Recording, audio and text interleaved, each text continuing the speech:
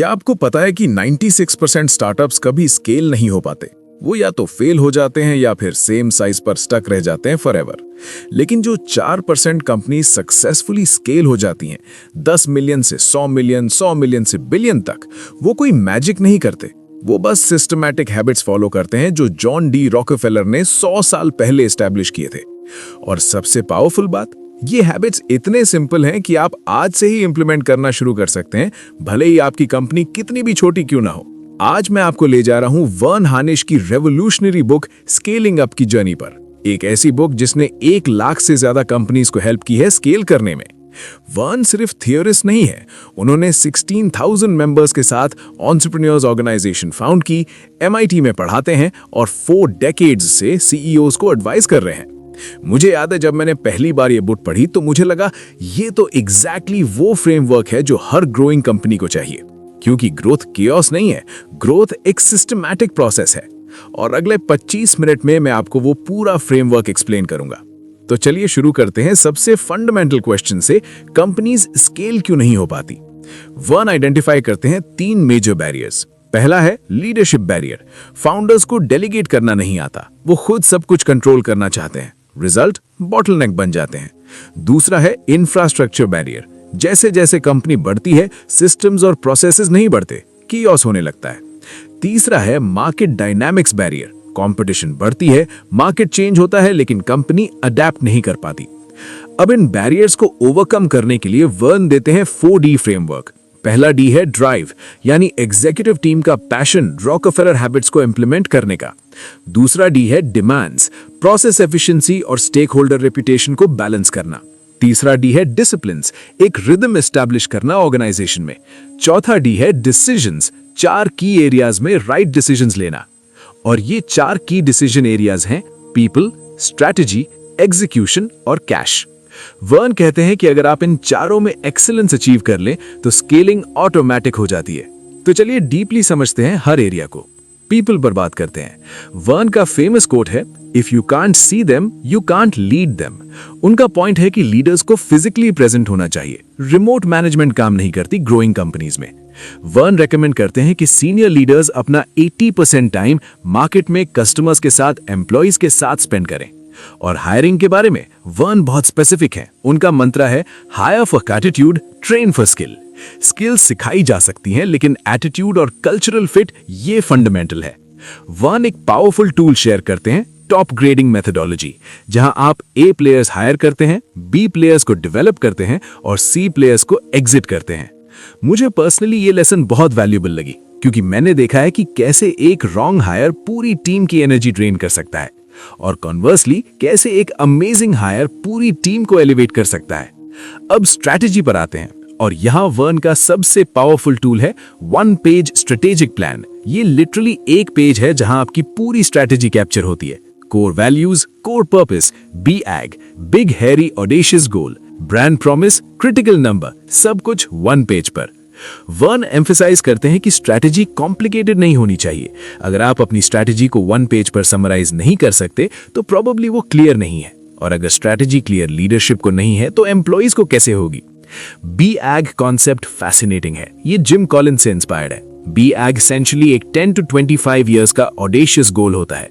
जैसे कैनेडी ने कहा था, we will put a man on the moon by the end of this decade. ये गोल इम्पॉसिबल लगता है, लेकिन यही तो है इसकी ब्यूटी। ये इंस्पायर करता है, ये फोकस देता है। अब एग्जीक्यूशन पर आते हैं, और यहां आते हैं फेमस रॉकफेलर हैबिट्स। ये 10 हैबिट्स हैं जो जॉन डी रॉकफेलर प्रैक्टिस करते थे, और वर्न ने इन हैबिट्स को कंपाइल किया और मॉडर्न कंपनीज के लिए अडेप्ट किया। पहली हैबिट है एग्जीक्यूटिव टीम हेल्दी और अलाइंड है। दूसरी, everyone is aligned with quarterly priorities. तीसरी, डेली हडल्स होती हैं। चौथी, वीकली मीटिंग्स होती हैं। पांचवी, मंथली ऑल हैंड्स मीटिंग्स होती हैं। और ऐसे ही 10 हैबिट्स हैं। मुझे स्पेशली पावरफुल लगी डेली हडल की कॉन्सेप्ट। ये 5 to 15 मिनट्स की स्टैंडिंग मीटिंग होती है हर दिन, जहां टीम क्विकली सिंक करती है, क्या बॉटलनेक्स है, क्या प्रायोरिटीज है, क्या सपोर्ट चाहिए। Quick, focused, action oriented.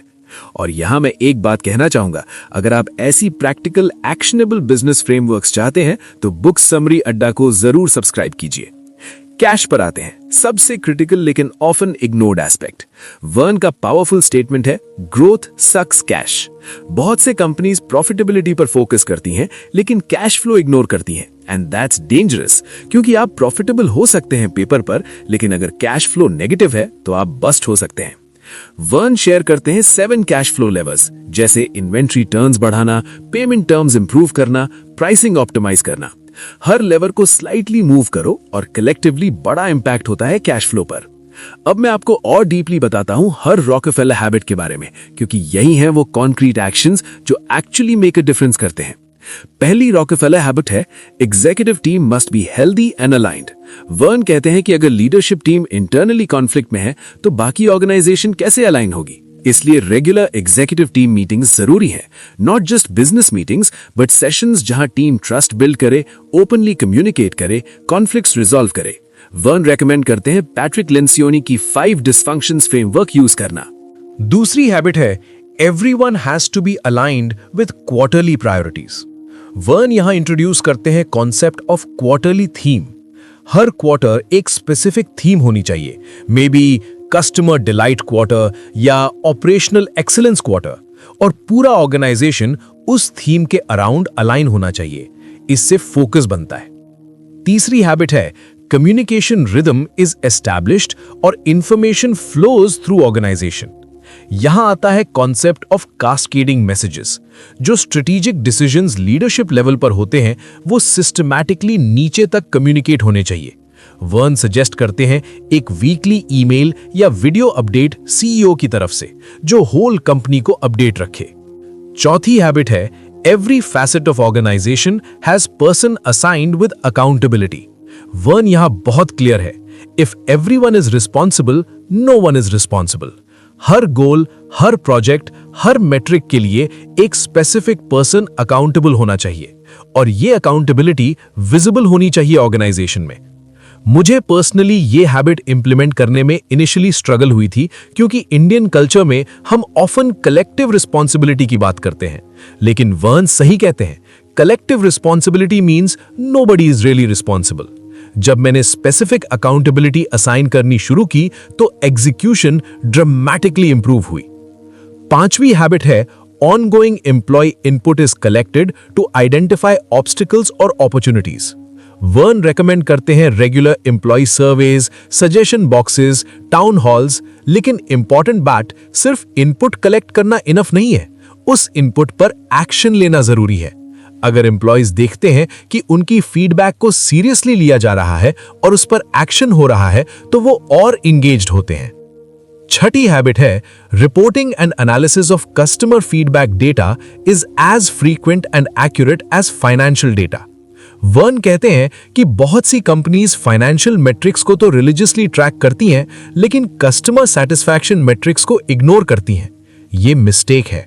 Net promoter score, customer satisfaction score, customer effort score, ये सब रेगुलरली ट्रैक होने चाहिए। सातवीं हैबिट है, कोर वैल्यूज और purpose are alive in organisation. Verne emphasise करते हैं कि कोर वैल्यूज वॉल पर लगे पोस्टर्स नहीं होने चाहिए, वो लिविंग ब्रीदिंग प्रिंसिपल्स होने चाहिए जो डेली डिसीजंस गाइड करें। हर हायरिंग डिसीजन, हर फायरिंग डिसीजन, हर स्ट्रेटेजिक डिसीजन सब कोर वैल्यूज के थ्रू फिल्टर होना चाहिए। आठवीं हैबिट है, employees can articulate key components of company strategy accurately. Verne यहां एक सिंपल टेस्ट सजेस्ट करते हैं। रैंडमली कोई भी एम्प्लॉय को पूछो कि कंपनी का स्ट्रैटेजी क्या है, टॉप 3 प्रायोरिटीज क्या है। अगर वो क्लियरली आर्टिकुलेट कर सकते हैं तो आपका कम्युनिकेशन इफेक्टिव है, अगर नहीं तो आपको बेटर कम्युनिकेट करना होगा। 9वीं हैबिट है, all employees can answer quantitatively whether they had a good day और वीक। यहां आता है कॉन्सेप्ट ऑफ इंडिविजुअल केपीआईज। हर एम्प्लॉय को क्लियर होना चाहिए कि उसकी सक्सेस कैसे मेजर होती है। सेल्स पर्सन के लिए may be number of calls या कन्वर्जन्स, डेवलपर के लिए मे बी फीचर्स शिप्ड या bugs fixed. Clarity creates accountability. 10वीं हैबिट है, प्लान्स और performance of company and all its departments are visible to everyone. Verne strongly advocate करते हैं transparency की। जब एम्प्लॉइज पूरी कंपनी की परफॉर्मेंस देख सकते हैं, फाइनेंशियल्स, मेट्रिक्स, गोल्स, तो वो ज्यादा ओनरशिप फील करते हैं। ऑब्वियसली कुछ सेंसिटिव इंफॉर्मेशन कॉन्फिडेंशियल रह सकती है, लेकिन जनरली ट्रांसपेरेंसी ट्रस्ट बिल्ड करती है। अब मैं आपको बताता हूं 1 पेज स्ट्रेटेजिक प्लान के कंपोनेंट्स के बारे में, क्योंकि ये ट्रूली पावरफुल टूल है। सबसे ऊपर होते हैं कोर वैल्यूज, टिपिकली 3 से 5 वैल्यूज जो कंपनी की डीएनए है। ये वो नॉन नेगोशिएबल प्रिंसिपल्स हैं जो ऑर्गेनाइजेशन के हर डिसीजन को गाइड करते हैं। एग्जाम्पल, Amazon के कोर वैल्यूज में से एक है कस्टमर ऑब्सेशन। ये वैल्यू उनके हर डिसीजन में रिफ्लेक्ट होती है। फिर आता है कोर पर्पस। ये कंपनी का रीजन फॉर एग्जिस्टेंस है, beyond making money. Simon Sinek की स्टार्ट विद व्हाई से inspired. Purpose emotional connect create करता है एम्प्लॉयज के साथ, कस्टमर्स के साथ। एग्जाम्पल, गूगल का पर्पस है organize world's information and make it universally accessible. फिर आता है BHAG, big hairy audacious goal. ये 10 से 25 साल का गोल होता है जो ऑलमोस्ट इम्पॉसिबल लगता है, लेकिन यही इंस्पायर करता है। एग्जाम्पल, टेस्ला का बी हैग है accelerate world's transition to sustainable energy. फिर आते हैं 3 to 5 ईयर गोल्स। ये ज्यादा कॉन्क्रीट टारगेट्स होते हैं, revenue targets, market share targets, specific milestones. ये बी हैग को ब्रेक डाउन करते हैं मैनेजेबल चंक्स में। फिर आती है ब्रांड प्रॉमिस। ये वो यूनिक वैल्यू है जो आप कस्टमर्स को डिलीवर करते हैं। FedEx का फेमस ब्रांड प्रॉमिस है when it absolutely positively has to be there overnight, clear, memorable, actionable. फिर आता है क्रिटिकल नंबर। ये वो 1 मेट्रिक है जो करंटली सबसे इंपॉर्टेंट है। May be cash flow, may be customer acquisition, may be retention. पूरा ऑर्गेनाइजेशन इस 1 नंबर पर फोकस करता है। फिर आती है एनुअल प्रायोरिटीज, टिपिकली 3 से 5 प्रायोरिटीज। और यहां वन वॉर्न करते हैं, ज्यादा प्रायोरिटीज मत रखो। अगर सब कुछ प्रायोरिटी है तो कुछ भी प्रायोरिटी नहीं है। फोकस मेंटेन करो। फिर आती है क्वार्टरली प्रायोरिटीज। एनुअल प्रायोरिटीज को फर्दर ब्रेक डाउन किया गया और यहां वर्न सजेस्ट करते हैं कि क्वार्टरली प्रायोरिटीज को थीम्स के साथ एसोसिएट करो ताकि वो मेमोरेबल रहे। अब मैं आपको कैश फ्लो के बारे में और डिटेल में बताता हूं, क्योंकि ये ऑफन सबसे नेग्लेक्टेड एरिया है। वर्न कहते हैं, revenue is vanity, profit is sanity, but cash is reality. बहुत सी companies impressive revenue growth show करती हैं, रीजनेबल प्रॉफिटेबिलिटी भी है, लेकिन कैश फ्लो नेगेटिव है और इवेंचुअली वो क्राइसिस में आ जाती है। क्यों? क्योंकि ग्रोथ कैश कंज्यूम करती है। जब आप ग्रो कर रहे होते हैं तो आपको इन्वेंट्री में इन्वेस्ट करना पड़ता है, अकाउंट्स रिसीवेबल बढ़ता है क्योंकि आप कस्टमर्स को क्रेडिट दे रहे हैं, इंफ्रास्ट्रक्चर में इन्वेस्ट करना पड़ता है और ये सब कैश अब्सॉर्ब करता है। वर्न के 7 कैश फ्लो लेवल्स कौन से हैं? पहला, इंक्रीज प्राइसेस। बहुत सी कंपनीज अंडर चार्ज करती हैं। स्लाइट प्राइस इंक्रीज भी सिग्निफिकेंट कैश फ्लो इंप्रूवमेंट ला सकता है। दूसरा, collect receivables faster. Payment terms को टाइटन करो, इंसेंटिवाइज अर्ली पेमेंट्स। तीसरा, इंक्रीज इन्वेंट्री टर्न्स। कम इन्वेंट्री होल्ड करो, ज्यादा फ्रीक्वेंटली रीऑर्डर करो। चौथा, negotiate better payment terms with suppliers. अगर आप कस्टमर्स से 30 डेज में कलेक्ट कर रहे हैं लेकिन सप्लायर्स को 60 डेज में पे कर रहे हैं तो आपके पास 30 डेज का फ्लोट है। पांचवा, रिड्यूस ऑपरेटिंग एक्सपेंसेस। हर एक्सपेंस लाइन आइटम को स्क्रूटिनाइज करो। क्या ये नेसेसरी है? क्या हम ऑप्टिमाइज कर सकते हैं? छठा, improve gross margins. Maybe higher margin products या सर्विसेज पर फोकस करो। सातवां, यूटिलाइज एसेट्स बेटर। अगर आपके पास अंडर यूटिलाइज्ड इक्विपमेंट या रियल एस्टेट है तो उसे मोनेटाइज करो।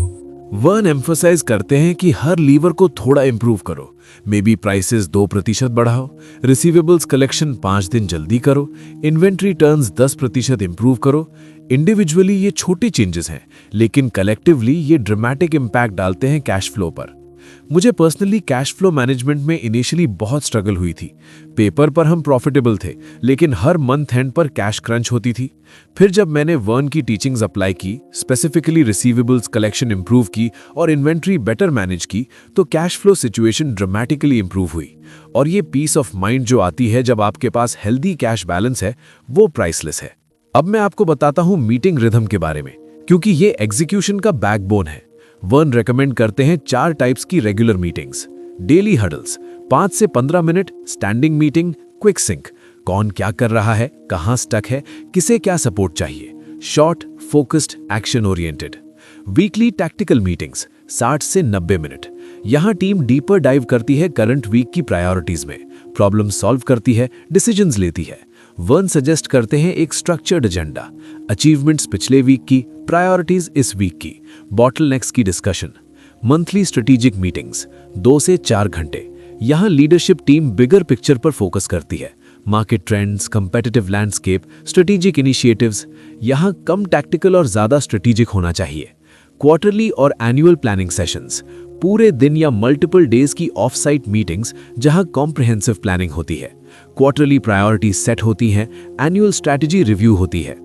वर्न एम्फसाइज करते हैं कि ये रिदम सेक्रेड होनी चाहिए, मीटिंग्स कैंसिल नहीं होनी चाहिए, क्योंकि जब मीटिंग्स रेगुलरली कैंसिल होती हैं तो मैसेज जाता है कि ये इंपॉर्टेंट नहीं है और फिर अटेंडेंस ड्रॉप होती है, एंगेजमेंट ड्रॉप होती है। मुझे इनिशियली लगता था कि इतनी मीटिंग्स प्रोडक्टिविटी किल करती हैं, लेकिन जब मैंने प्रॉपर्ली स्ट्रक्चर्ड मीटिंग्स इंप्लीमेंट की, क्लियर एजेंडास के साथ, टाइम बाउंड, एक्शन ओरिएंटेड, तो एक्चुअली प्रोडक्टिविटी इंक्रीज हुई, क्योंकि मिसकम्युनिकेशन कम हुई, अलाइनमेंट बेहतर हुई, डिसीजंस फास्टर हुए। अब मैं आपको पीपल स्ट्रैटेजीज के बारे में और बताता हूं, स्पेसिफिकली हायरिंग और डेवलपिंग टैलेंट के बारे में।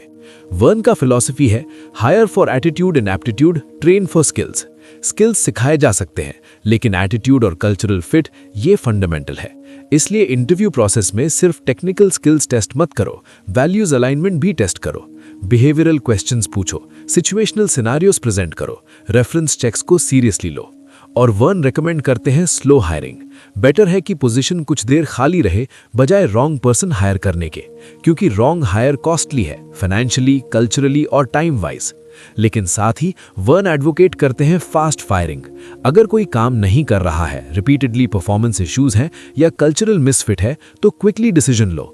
टॉक्सिक एम्प्लॉयज या क्रॉनिक अंडर परफॉर्मर्स को होल्ड करना अनफेयर है बाकी टीम के लिए जो हार्ड वर्क कर रही है। वर्न ये भी बताते हैं कंटिन्यूअस डेवलपमेंट की importance, regular training programs, mentorship opportunities, career development plans. Employees को फील होना चाहिए कि कंपनी उनके ग्रोथ में इन्वेस्ट कर रही है। और रिकग्निशन और रिवॉर्ड्स को अंडर एस्टिमेट मत करो।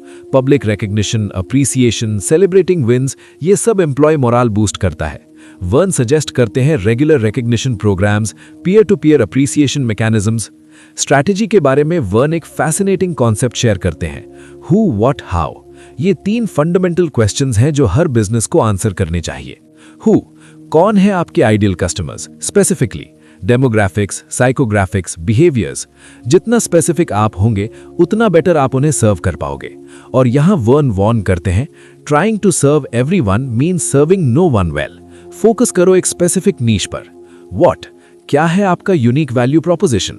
क्या आप ऑफर करते हैं जो दूसरे नहीं करते? क्यों कस्टमर्स आपको चूज करें कंपटीशन के बजाय? ये क्लियर, कंपेलिंग, डिफरेंशिएटेड होना चाहिए। हाउ, कैसे आप डिलीवर करते हैं ये वैल्यू? आपका बिजनेस मॉडल क्या है? आपकी ऑपरेशंस कैसे रन होती हैं? आपकी डिस्ट्रीब्यूशन स्ट्रैटेजी क्या है? वर्न कहते हैं कि बहुत सी कंपनीज व्हाट और हाउ पर बहुत टाइम स्पेंड करती हैं, लेकिन हु को प्रॉपर्ली डिफाइन नहीं करती। और ये मिस्टेक है, क्योंकि अगर आप नहीं जानते कि आप किसे सर्व कर रहे हैं तो आप इफेक्टिवली सर्व नहीं कर पाओगे। तो दोस्तों, ये थी स्केलिंग अप की डीप डाइव।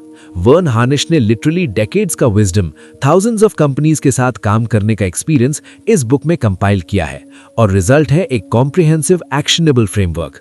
मैं आपको ऑनेस्टली बताता हूं, इस बुक ने मुझे रियलाइज कराया कि स्केलिंग आर्ट नहीं है, साइंस है। ये लक नहीं है, डिसिप्लिन है। ये केओस नहीं है, सिस्टमैटिक प्रोसेस है। 4Ds फ्रेमवर्क आपको डायरेक्शन देता है, 4 डिसीजन एरियाज आपको फोकस एरियाज देते हैं, 10 रॉकफेलर हैबिट्स आपको डेली एक्शंस देती हैं, 1 पेज स्ट्रेटेजिक प्लान आपको क्लैरिटी देता है। और सबसे ब्यूटीफुल बात, ये फ्रेमवर्क स्केलेबल है। चाहे आप 10% स्टार्टअप हो या 1000% कंपनी, ये प्रिंसिपल्स वर्क करते हैं। ऑब्वियसली इंप्लीमेंटेशन डिटेल्स डिफरेंट होंगे, लेकिन कोर कॉन्सेप्ट सेम रहते हैं। मुझे पर्सनली जो सबसे वैल्यूएबल लर्निंग मिली वो थी रिदम की importance. Daily hurdles, weekly meetings, monthly reviews, quarterly planning. ये रिदम डिसिप्लिन क्रिएट करती है, अकाउंटेबिलिटी क्रिएट करती है, अलाइनमेंट क्रिएट करती है। इनिशियली ये ओवरहेड लगता है, लेकिन लॉन्ग टर्म में ये एक्चुअली टाइम सेव करता है, क्योंकि मिसकम्युनिकेशन रिड्यूस होती है, रीवर्क रिड्यूस होता है। दूसरी वैल्यूएबल लर्निंग थी ट्रांसपेरेंसी की पावर। जब सब कुछ विजिबल है, गोल्स, मेट्रिक्स, परफॉर्मेंस, तो ट्रस्ट बनता है, ओनरशिप बनती है। लोग ज्यादा एंगेज्ड होते हैं क्योंकि वो बिगर पिक्चर देख सकते हैं। थर्ड लर्निंग थी कैश फोकस की क्रिटिकलिटी। रेवेन्यू और प्रॉफिट इंपॉर्टेंट है, लेकिन कैश इज किंग और ग्रोथ कैश कंज्यूम करती है, तो proactive cash management absolutely essential है। तो मेरी आप सबसे रिक्वेस्ट है, वेदर आप एंटरप्रेन्योर हो, एग्जीक्यूटिव हो, मैनेजर हो या टीम मेंबर, इन प्रिंसिपल्स को स्टडी करो और अपनी सिचुएशन में अप्लाई करने की कोशिश करो। Start small, maybe daily huddle से स्टार्ट करो, या 1 पेज स्ट्रेटेजिक प्लान ड्राफ्ट करो, या कैश फ्लो लेवल्स एनालाइज करो। स्मॉल स्टेप्स, कंसिस्टेंट एक्शन और ओवर टाइम आप ड्रामेटिक डिफरेंस देखोगे।